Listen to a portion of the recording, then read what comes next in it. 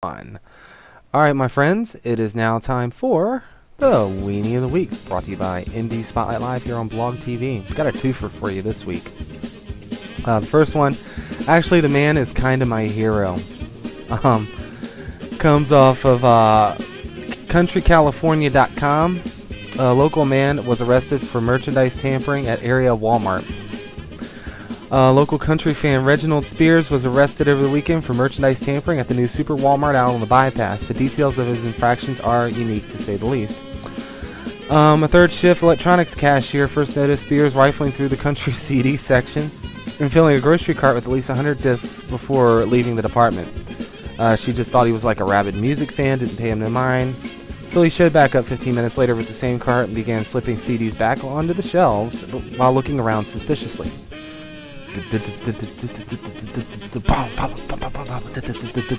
Okay, so the lady walked over to Spears, asked if he decided not to make his massive music purchase. He said, yes ma'am.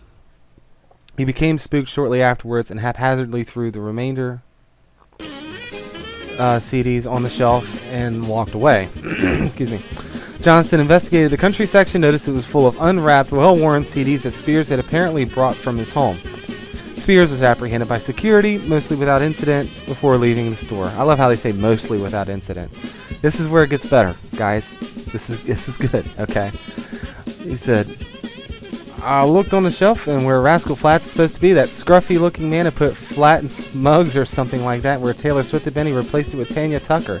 I guess he stole all them new CDs and tried to replace them with his old junk. Fresh out on bail, Mr. Spears had a far different story, saying, I didn't shoplift nothing. I told the cops I could find that country pop bullshit in the Rubbermaid garbage cans and homewares where that crap belongs.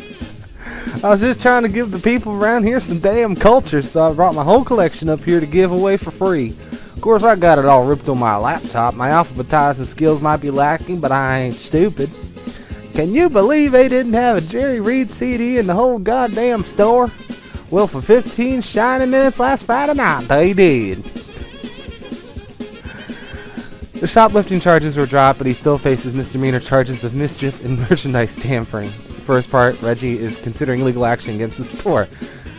They threw all my CDs in the dumpster and broke them motherfuckers. I'm suing their asses for destruction of property and mental anguish. I was just trying to help this town out. I'm a by-God patriot. Walmart officials, of course, had no comment. Let me read the comments in the chat on this one, and then we'll go to part 2 on this here.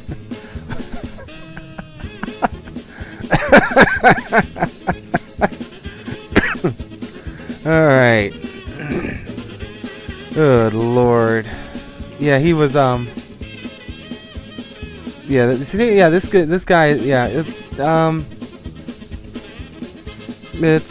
it's like Deb said, he had a great idea. Kevin said this guy's a hero, not a weenie. Yeah, I didn't say he was a weenie.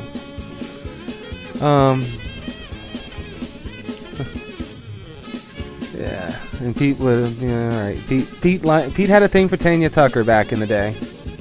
Yeah, swapped out Tanya Tucker for Taylor Snift. Yeah, you know what I gotta say? Yeah, this guy's the real deal. I gotta give credit where credit is due. That's a ballsy thing to do, to go to Walmart and take all this country pop, this horrible modern music interpretation, whatever you want to call it, and actually swap it out for real tunes. Now, if there had been a Pete Berwick CD, if Garth Brooks had been replaced by Pete Berwick, this guy would have executed it flawlessly.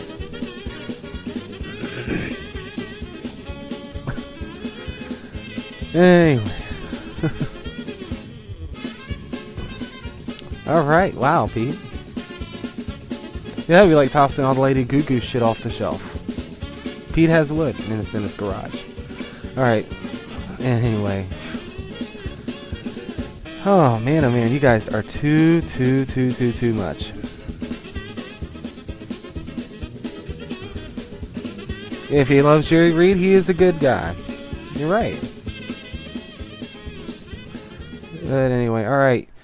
Now, let's go ahead and do Weenie of the Week Part 2.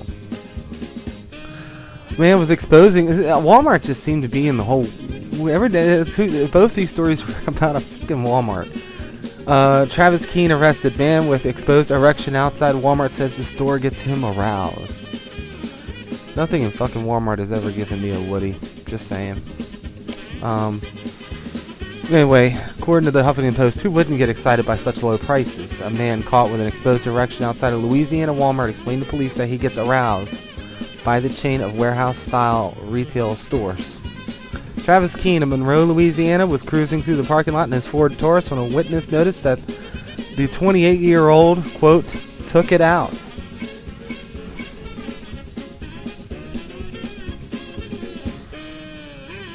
Isn't it funny when people describe erections that way? He took it out. Took what out, ma'am? You know, it. Can you be more specific? Anyway. Apparently Keene would pull up to female shoppers to show them just how fond of Walmart he really is, according to the official police report. The officer asked Keene what he was doing in the parking lot. Keene said he was trying to see if he fixed his power steering in his car. I advised Keene about what I was told by the witness. Keene then stated he did have his penis out because of past experiences he had at Walmart. Keene stated when he comes to Walmart, he gets aroused.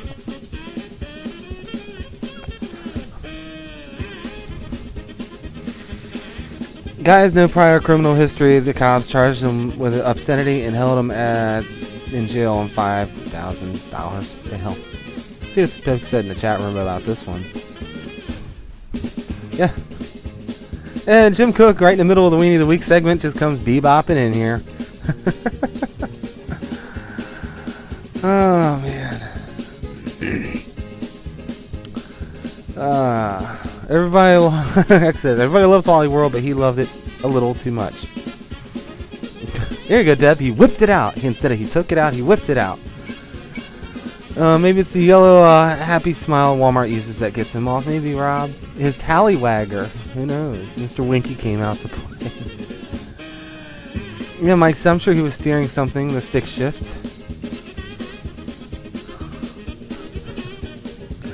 Clean up on aisle 3. Hello, Han. How are you? Been a long, long time. Yeah.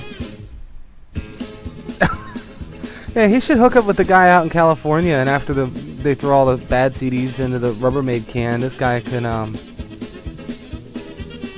finish him off. Because then that would be a destruction of property charge. Of course, you imagine that in court. Your Honor, it was a milky white substance on the CDs. Can you be more specific?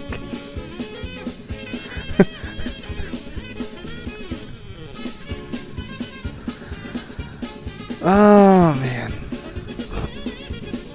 I think I better end this segment before I get myself into trouble. This has been Weenie of the Week, brought to you by Indie Spotlight Live on Blog TV. Join us every Sunday night at 9 o'clock Eastern Time. The screen name is Risky Business 04. Just as a heads up, next Sunday, which I believe is, what, the 20th or the 21st? Or 21st, I think it is. Or the 20th. I probably won't be doing a show. I'm going to be on the road again. Just can't wait to get on the road again. But come hang out with us for great independent music, interviews with indie musicians and movers and shakers in the industry, and a lot of fun times, including segments like Weenie of the Week in between. Come by and join us sometime. Alright, before I turn away, let me see what they said in the chat one more time, because they always say the funniest stuff after I stop. So let me look one more time. Excuse me, can you point me to the check? Never mind. Yeah. Good to see you, Jim.